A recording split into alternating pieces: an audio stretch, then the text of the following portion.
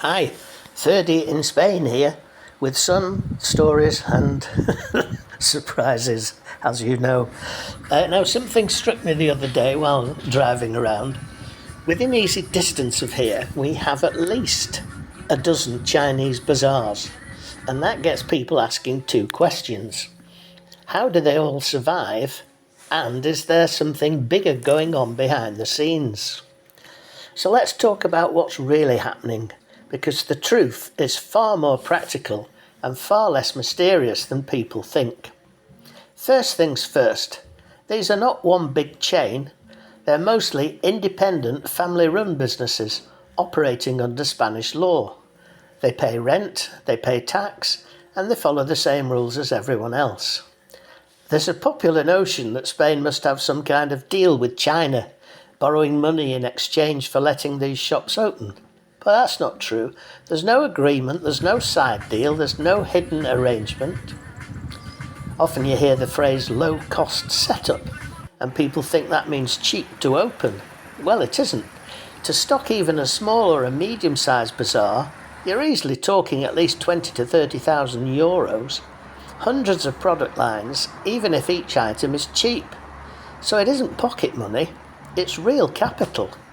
But the difference isn't how much it costs, it's how fast the money turns back into cash. Stock starts selling immediately. Popular items restock weekly. Slow sellers are discounted or dropped quickly. So the money doesn't sit on the shelves for long, it keeps moving. Another big factor is shared supply trains. Many of these shops buy from the same wholesalers, often regionally based, and they specialise in fast, low-cost, frequent deliveries. They're not the least bit sentimental about what they sell, so if something doesn't work, it's gone. It's not about beautiful retail, it's about logistics. And I think the thing that people find hardest to believe is the clustering, which actually helps them. But once one shop proves an area works, others follow. Footfall increases, people know where to come, and convenience does the selling. It looks like brutal competition, but for this model, density actually makes sense. And here's what really changes. In this area alone, we've had 2 brand new bazaars built from scratch in the last year, roughly 4,000 square metres each. So these aren't low-cost operations. By the time you factor in land, construction, fit-out, parking, fire systems and then stocking, you're talking millions of euros. And that kind of investment only happens when people are thinking long term.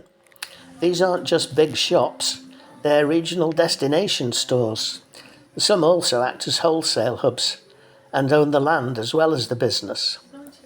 And many are run by groups, pooling capital rather than individuals taking bank loans.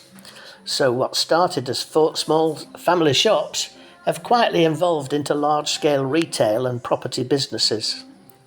Now, this is important. Despite all this, many bazaars don't survive long-term. Rents rise, regulations tighten, inspections increase, and very often the next generation simply doesn't want to work 12-hour retail days. Shops quietly close and others appear somewhere else.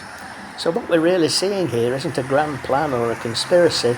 It's empty shop units, practical demand, long hours, family labour, fast stock turnover, and in some cases, very serious long-term investment.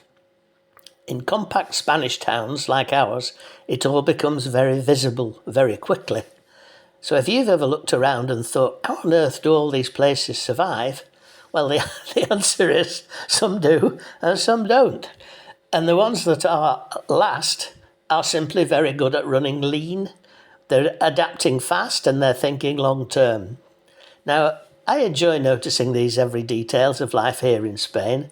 So subscribe to 30 in Spain, it's free, and follow along for more sun, stories and surprises. There's always something interesting hiding in plain sight.